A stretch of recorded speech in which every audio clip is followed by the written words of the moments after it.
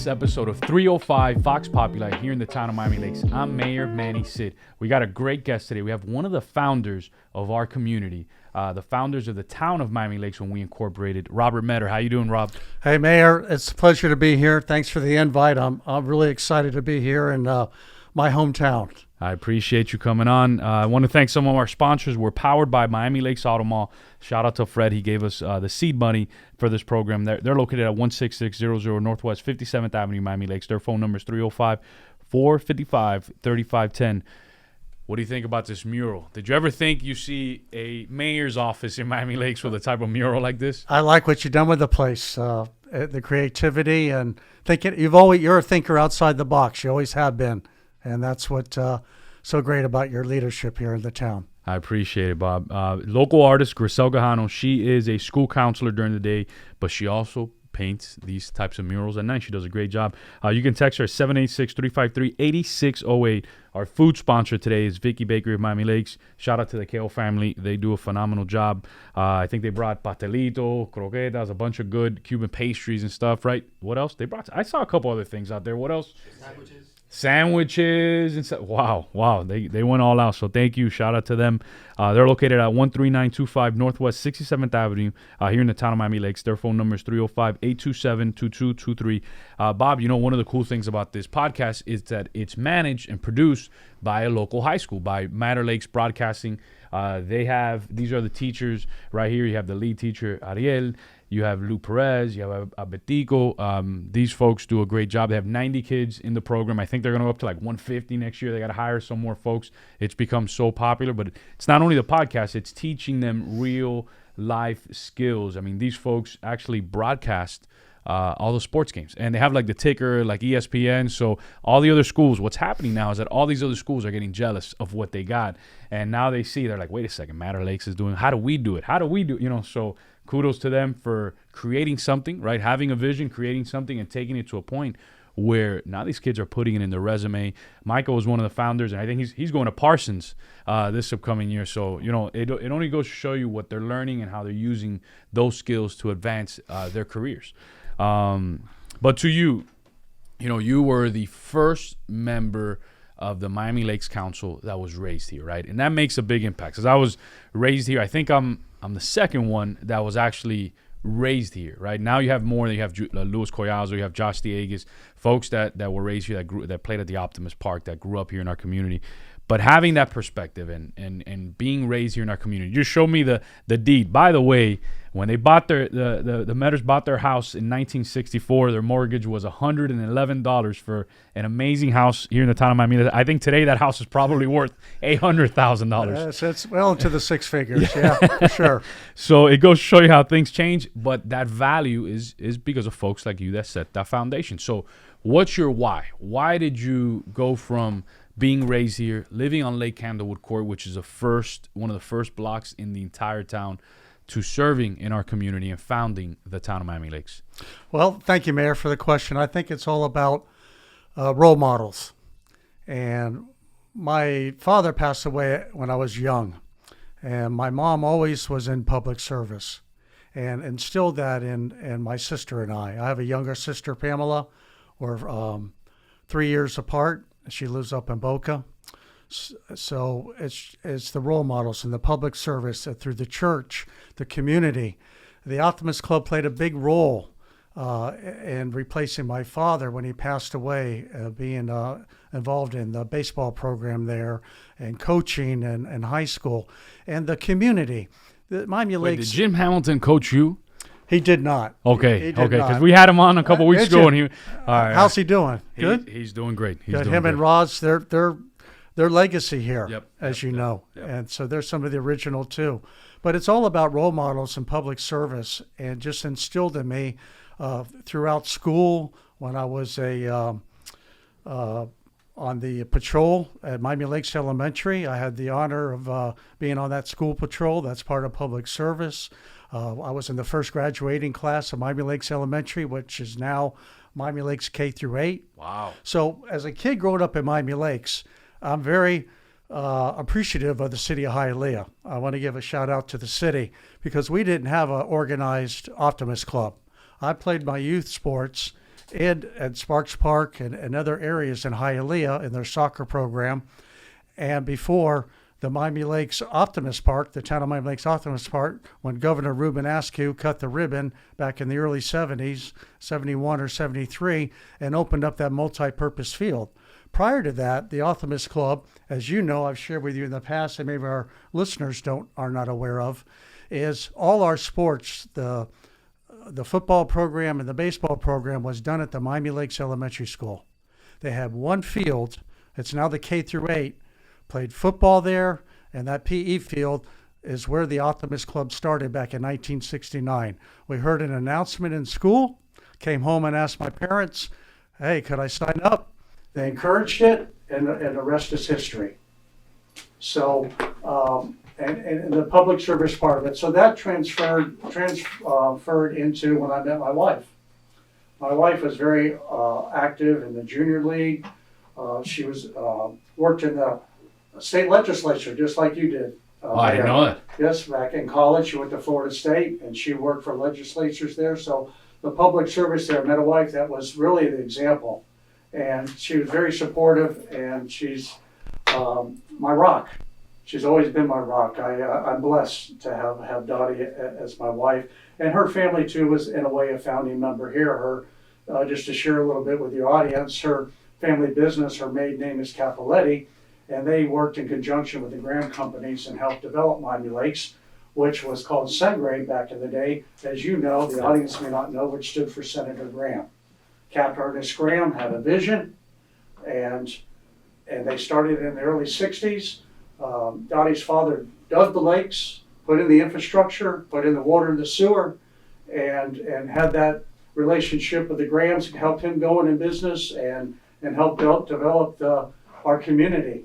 Well, so you guys, did you guys just hear that? All the lakes in Miami Lakes, right? Well, Lake Patricia, Lake Catherine, most of them were dredged and dug to create the fill for the pads for the homes and streets, yes. Mr. Capoletti, his company, which was off 57th Avenue, which now is a shopping center where our Chick-fil-A is. That's part of it. Yep. And there's an industrial park there. It used to be a big operations center. Barnett Bank had a big operations center there. And now there's I guess the car dealership has built a big garage for cars and vehicles. So that has grown immensely. And one of the lakes, as you know, Mayor, the audience may not be aware, there's I believe there's 23 lakes, approximately 23 lakes in Miami Lakes. And one of them is named after Dottie's mom, Ruth, Lake Ruth. Oh, wow. I didn't know that. That's Lake Ruth. The other ones have to do with a lot of the Graham family and their extended family, like Lake Catherine for Catherine Graham, Lake Hilda for Hilda Graham, and things like that. Lake Carroll for Carol Wiley. No, that's fascinating. And if you folks like fishing, if anybody watching loves to fish, make sure you go to Lake Ruth. That is the top fishing spot in Northwest State. It's brackish water. So imagine all this way far out from the ocean, you can fish for snook, jack crevalles, tarpon. I mean, and you're talking about you're 20 miles away from the ocean. Yeah, so snook, large bounce bass, it's really, really cool. So talking about your history and how we started here, think back to 22 years ago, right? The town's founding. Now we have this beautiful building. Main Street's coming back alive, all these things happening. But when you guys incorporated the town, when the town started, there was nothing. There was no police. There was no infrastructure.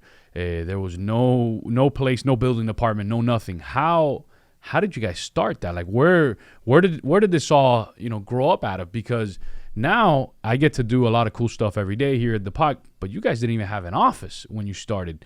How, talk to us about those those baby steps, because I think it's important, right? There's other parts of the county that even some of the kids that are listening in and some of the other folks that they live that are unincorporated areas, right? They're so that's the biggest city in Dade County right now. There's over 1 million people in our county that live in unincorporated areas.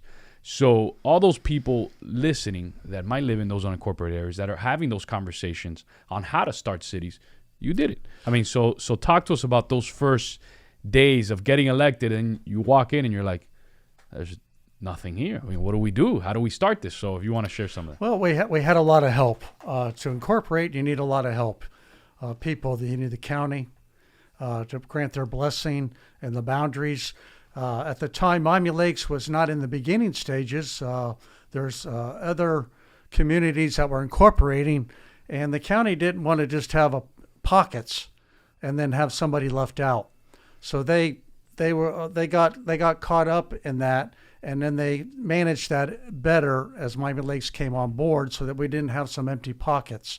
So we had a lot of help. Our first mayor, Mayor Wayne Slayton, nominated Merritt Sternheim, a wealth of experience, well respected, and he was our first town manager. He got us going. He knew what he was doing.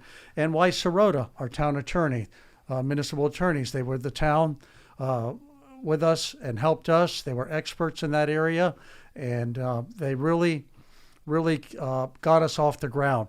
The hardest part was we worked hard. I'm not saying we worked harder than anybody else, because I know every council works hard. The people don't realize how hard the mayor, who the point person is, and the individual council members, the tireless effort you put in. Yes, with us, we had to birth the baby, so to speak. So we had to meet. We met multiple times in a month because we had to get the paperwork going, pass the resolutions, take the covenants that the Graham companies have and transfer them over to the town to take over that, and do that in a way that was not obtrusive and adversary, to try to keep the mindset, because we did incorporate some areas that weren't part of the original Graham family development. So it was an educational process. Yeah, there were some tough roads. We had some bumps in the road, as you will, but all in all, we kept focus on it's for the better of the whole. The whole outweighs the parts, the sum of the parts, and what's best for the entire community. And that was our focus. We had 4 districts at the time. I see now you have at large. Yep. And everybody represented everybody, but the way they designed it initially was set up with the committee, the incorporation committee. They decided to have 4 district seats and 2 at-large seats and the mayor position, and wanted to have a manager council form of government. So when we got in and got elected, I happened to be in a runoff. I was very fortunate. I was successful in a runoff, and I had a 2-year term, so they staggered that. So we went around with Merritt Sternheim, and we looked at other forms of government. We went up to Coral Springs and saw their form of government. We went to forms of government that had a strong mayor, and we saw how they were operating and things like that. And we went to Weston. Weston is kind of a little bit of the model we copied. We have already had Miami Lakes, as you know, has beautiful tree-lined streets and the low crime. Yep. And that is a plus that drives people here, as well as having A-plus schools, not only in the private, but also in the public sector.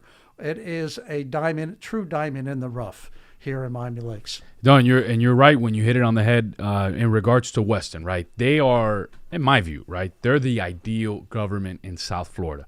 They have, I think, 3 employees. Everything else is contracted out, so the long-term liabilities don't exist.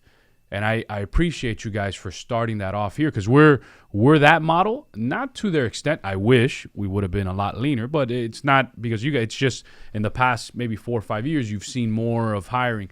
But we're a contract city. We're one of the few in the county. So kudos to you all for thinking like that, because it's helped us reinvest in our community so much so. So when you moved here in 1964, what existed? Like what existed? What existed? Because we know how far everything goes now, but what existed east of Lake Candlewood Court, which is the original west of Lake Candlewood Court? Well, okay, west. So Lake Candlewood Court used to be called Northwest 62nd Street before they became names, and Lake Patricia was the original development, and what was west was cow pasture. Lake Candlewood Court, in the backyards of the homes along Lake Candlewood Court, has a little rise, has a little hill, a little berm. It's a berm. To this day. On the other side of the berm was a dirt road for the cow farmers, for the Graham family, and was a fence. for the cows, for their dairy cows. The cemetery is all I can remember that was here. It was a playground that any child would want, boy or girl. We built tree forts. We built underground forts. The cows would cave them in at night, roaming around our underground forts. We'd get boards. They were building the homes. So we would get the pile of leftover wood and build tree forts. So the cemetery is what was here to the west. To the east, wasn't much. It was just still cow pasture. Back in the day, in the early 60s, the Palmetto Expressway was a dirt road. Wait. A dirt road. I think that's pretty fascinating. Imagine if the Palmetto were a dirt road today. Talk about those. Talk about rush hour traffic. How we'd get stuck there so long. But it was a dirt road back in 1964. 62 maybe. Maybe in the early days. At one time, it was a dirt road. That's unbelievable. And to what it is today, it's in constant construction. Yeah. So we had no schools back in the early 60s. I went to Twin Lakes Elementary. Okay. Off Northwest 122nd Street. We got bused. The Grand family, as you know, we have about, I'm going to say 92 parks. Maybe half of them are passive, but the P parks, those were our bus stations. We'd go to our P park, and the bus would pick us up and take us to school at Twin Lakes Elementary. Later on in the mid-'60s, North Twin Lakes Elementary came on board. And I got transferred to North Twin Lakes Elementary, was there in 5th grade. Before Miami Lakes Elementary was opened. We even did some classes at Our Lady of the Lakes before Miami Lakes Elementary was open. So the Miami Lakes Congregational Church was here. Shopping centers was Lake Patricia. You had, still to this day, the Miami Lakes Barbershop. The barbershop's still there. Rolando cut my hair. His brother Mario cut my hair. I know they've passed on. Our great Miami Dolphin coach Don Chula got his hair cut there. Yep. The pharmacy was Mr. Dunwoody. That was the local pharmacy you went to, and the 7-Eleven. In fact, that out parcel fronting the 67th Avenue kind of brick, that was the Sengre. That was the Graham Company's corporate office there when Miami Lakes started, right there off that shopping center. And the gas station there was a Union 76. Was there any traffic back then? Bicycles, a lot of bicycles. I see you're getting that feeling back in to engage the youth with the scooters and the bicycles and the parks around town, to give people that opportunity to bring that sense of community. It's all about sense of community here, Mayor.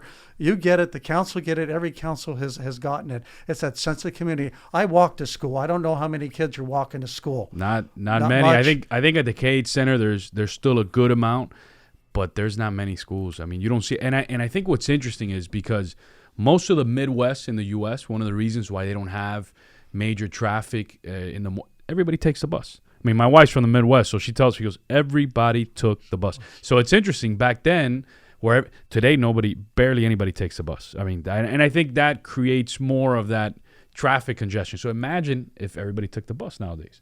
There wouldn't be any traffic. But I think it's fascinating how it's all shifted. But yeah, your perspective is really interesting, and I'm sure you're going to hear a lot of cool. By the way, did Main Street exist back when? No, Main Street. In the early 80s, the hotel on Main Street opened up in 1983. So that was an early 80s project. I worked for the Graham Companies, a little bit of my background. When I went away to school and I came back. Where'd you go to school? I went to school at Covenant College in Chattanooga, Tennessee, on top of Lookout Mountain. Nice. I played on a soccer and baseball scholarship. And I played soccer at Hialeah, Miami Lakes. And came home, and I started working part-time parking cars for the Graham Companies at the country club, and I was going to grad school in sociology at University of Miami. I got offered a full-time position. My mom wasn't real happy that I dropped out of grad school. I had an assistantship, but I became worked my way up to assistant manager in hospitality, working for the Graham family, and then had the opportunity to be the night manager over on Main Street, and did that, and that's how I met my wife. She came. Wait! You were the night manager over on Main Street? Yeah, night manager. assistant manager, which was basically the night manager. Wait, so you ran Main Street at night? Well, I would call it that. I had a good desk clerk with me and people, but for a young kid, that was a lot of responsibility that the Grands put on somebody. They gave me that opportunity, and I'm very appreciative of that. That's phenomenal. That's it's funny. I worked for Sandy Yance, God rest her soul, and she ran the hospitality division, and it was wonderful to work for her. And I ended up working for my wife. I worked at Capiletti Brothers a little bit after I met my wife, but she played twilight golf with her brother, daylight savings time, and that's how we met. I'll tell you a cute story a little bit, if I may. The Miami Dolphins and University of Miami Hurricanes, for their home games, stayed at the hotel at the golf course. I was a night manager there before Main Street opened up. So with all their home games, they stayed at the hotel. And one day, David Yance, who was the president, gave me a couple of tickets to the Dolphin Banquet at the Fontainebleau. And I had known who Dottie was, her and her brother playing golf. And I called the company, and she'll kill me when she hears this. And I called her up, and I asked her if she wanted to go out with me. And she said, "No, I'm busy." So I hung up the phone. I happened to be living at home at the time. And I said, "Mom, Dottie turned me down." And she said, "Well, did you tell her what it was for?" I said, "No, I want her to go out with me. I don't want her to go out and see a bunch of tight buns, Dolphin players, the draft picks and stuff like that." So I called her back, and I said, "Dottie, look, David and Sandy gave me 2 tickets to the Miami Dolphin Banquet. We're sitting at the table with the number 1 draft choice.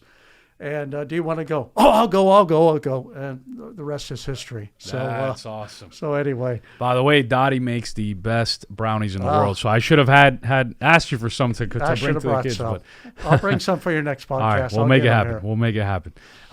So one of the things that we do is not only flip the script, you get to ask me questions, but they get to ask you questions. And one thing that I think it'll be cool to ask Bob and to kind of like think about it. Nothing existed back then, right? There weren't charter schools. The school choice didn't exist.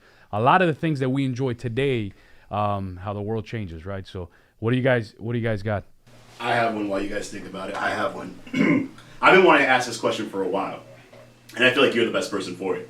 You seem like a Miami Lakes historian, actually. We're building a Mount Rushmore for the town of Miami Lakes. Obviously, Bob Graham is face number 1. Fill in the rest. So he's saying if we're building a Mount Rushmore for Miami Lakes, Bob Graham will be obviously number 1. But he's saying who else should be part of that Mount Rushmore? Because he's saying you're probably the guy that knows most of what's happened here in the history in our community. It's a tough question. Well, you got the political one out of the way with Bob Graham. And there was 3 brothers, Philip, Bob, and Bill. Bill really was the one that was the businessman that developed Miami Lakes. So, so he would be representative of the Graham family. Boy, a Mount Rushmore. It kind of cut me off guard there. I think there ought to be a representative from the Optimist Club, from one of the founding members. The reason I say that is that was our recreation, where the kids went and stayed and got out of trouble. They're a big part of that sense of community, representative of the Optimist Club. There's so many members of the Civic Association that you could say, not only, and I hate to say names and leave someone out, but it's hard to do. That's the elected official in him. You know what I mean? Well, I'm the same way, so I don't blame. To go there, I think it would be interesting to see, and I'm going to kind of duck on this one, is I would like to see a survey go out to the town to have input from the community. That's the political answer, to see who should KC be on there?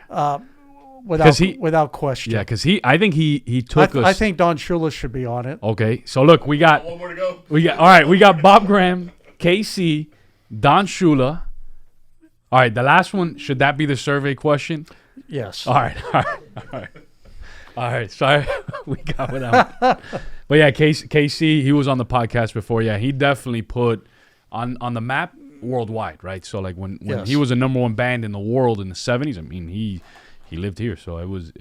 But I helped you out on that one, so I got your back. You got me on that one. Back. And if you need help getting in touch with the family of the Shula, I can put you in touch with his oldest son, David. I have his contact information.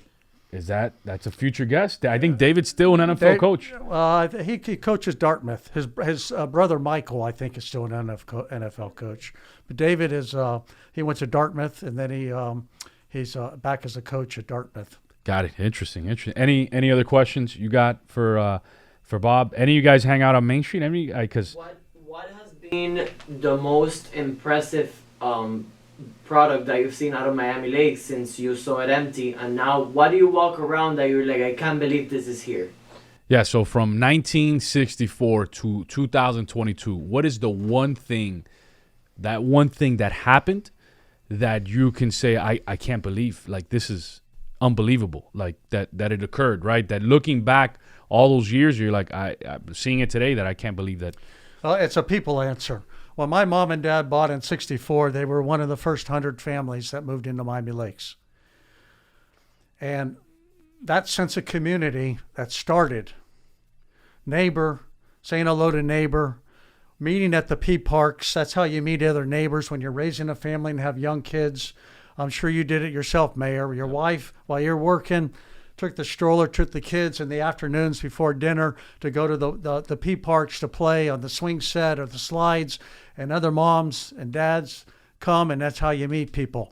That sense of community has never, never, never left Miami Lakes.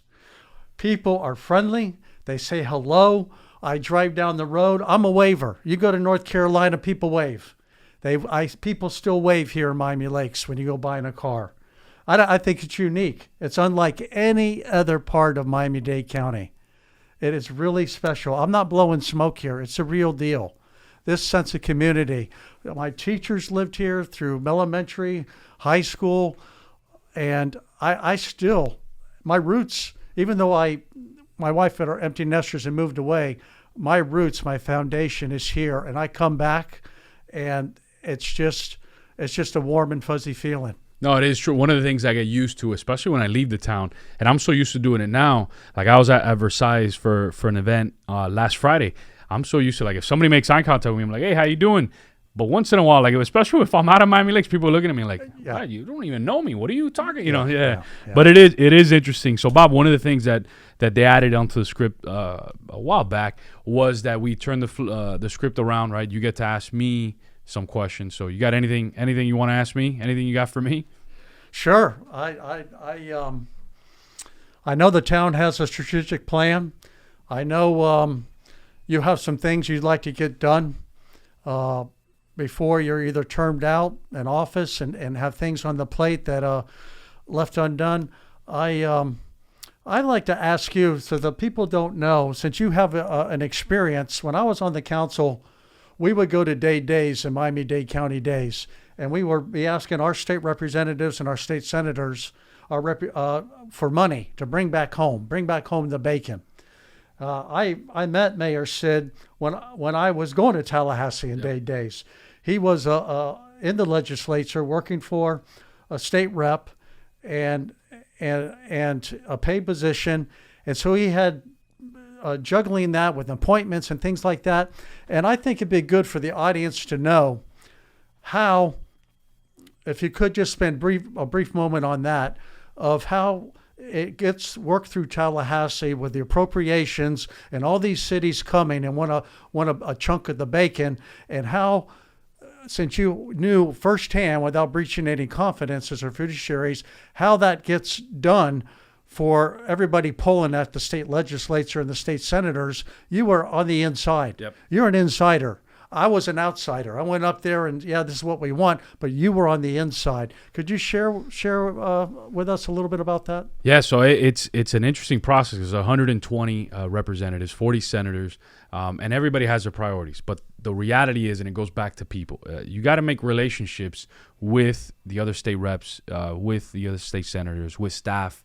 And you got to foster those relationships in terms of, like, for example, we would work during the off season when there was no session, and we would bring leadership to Miami Lakes, Hialeah, different areas, and we give them a tour of our community. So we were doing the work not when session was in, but when session was out, we were bringing all the decision makers, Speaker of the House, the Appropriations Chair, to our district to show them things that are important to us. So, like, if we had a water project, we would bring them down and drive them by and get them out of the car. We're like, look, this is why we keep asking for these things. Not every state rep did that. Not every state legislative office did that. But we felt that the best way to be effective is to make to bring these things to people's attention, because most folks in our society, I saw a number not too long ago, I don't know if it's 70% are visual learners, right? So if you go to Tallahassee and you see numbers and a project on here and people are like, oh, well, this doesn't matter, but you're like, hey, it matters to me.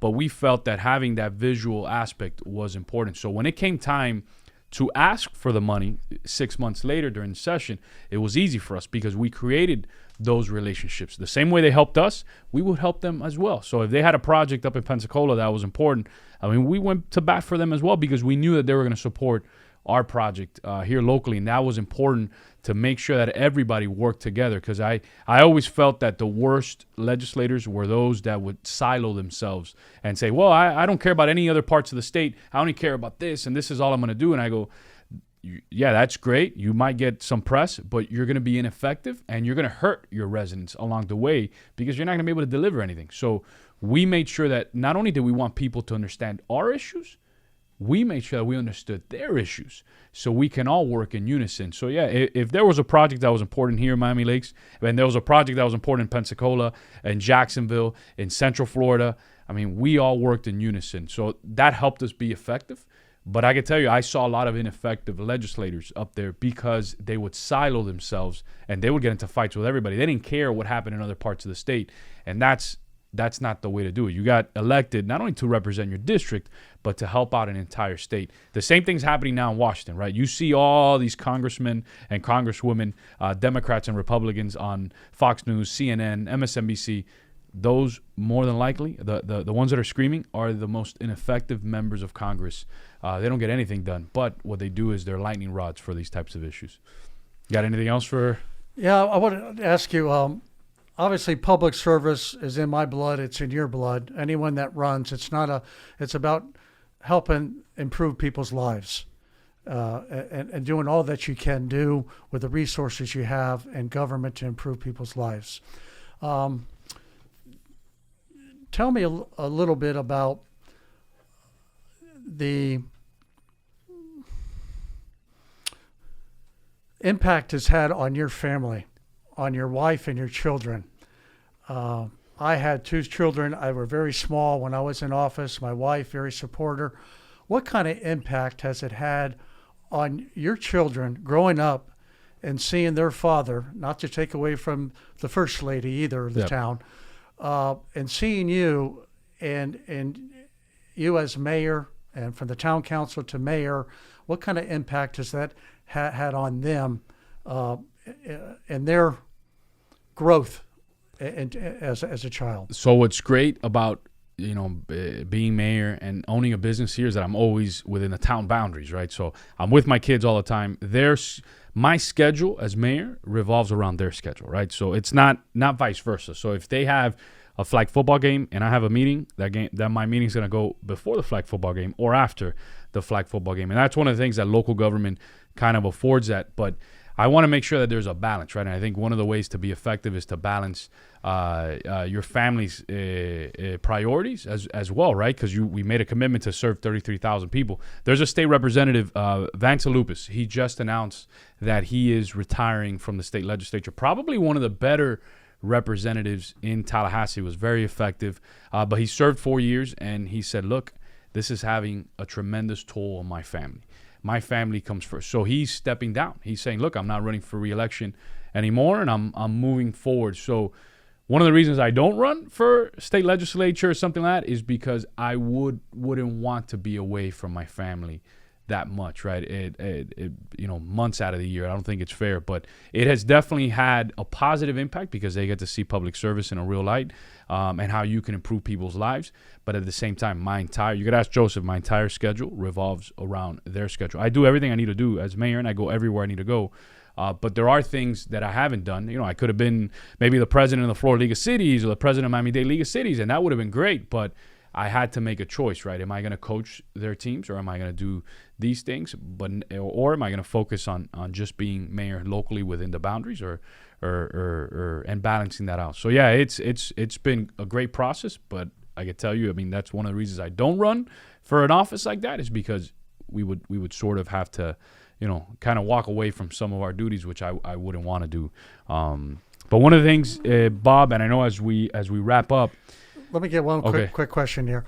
What, as you are going to leave office sometime down the road, what kind of, and the town will be left in good hands, what kind of future would you like to see for Miami Lakers, both on the residential side and the business side? If you had to put your thumb on something for the future, what sticks out in your mind that you would like to see get accomplished? When I left office, they asked me that at the Miami Laker. And for me, it was getting the Optimus Park renovated.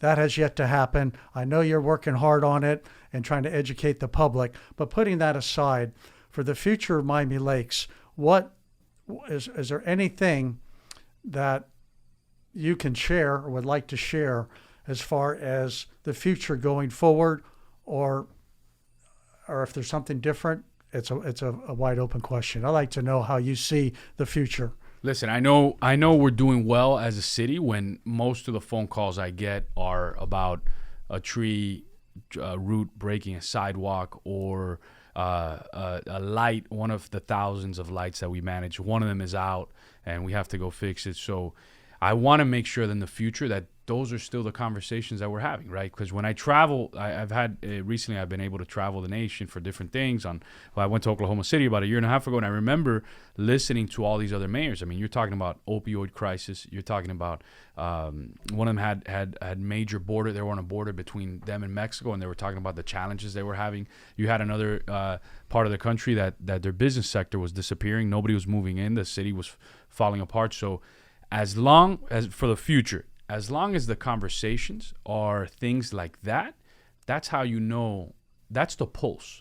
And that's how you know things are going well, when you're dealing with those things. The day I start getting phone calls on what other mayors are dealing with around the nation, then I get concerned. But the reality is, as long as the majority of phone calls I'm getting, you can see, hey, mayor, there's somebody feeding too many ducks next to this park. What do I do? There's duck feces everywhere. Mayor, the sidewalk. I had somebody, there's too many iguanas here. If I keep getting calls like that, we're doing good. We're doing well, right?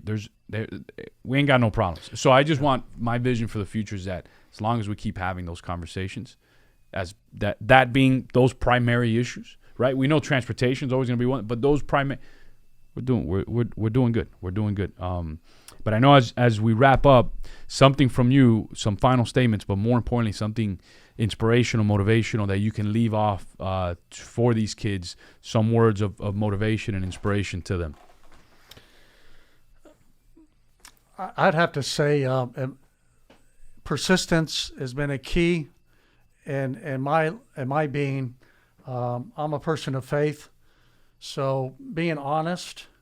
There's going to be, when you get in the real world out there, there's going to be people that are going to want to throw you under the bus, are going to want to take credit, and I'm all about team. There's an acronym. If I can give you any piece of advice, it's the word team. Together, everyone achieves more. If you make that your mantra in life and don't deviate from that and deter from that, you'll be in a good place. People will recognize your hard work. They will know that you're all about team and to make everything good and go together and accomplish everything the way it should be. Individualism doesn't accomplish anything. You can't do anything individually. It always takes an effort of other individuals. So I'm all about team. No, I appreciate that. Wise words. And there you have it. Founding Miami Lakes Council member Robert Meador. Thank you for coming on, Rob. Tune in next week on Instagram, YouTube, Facebook, and Twitter.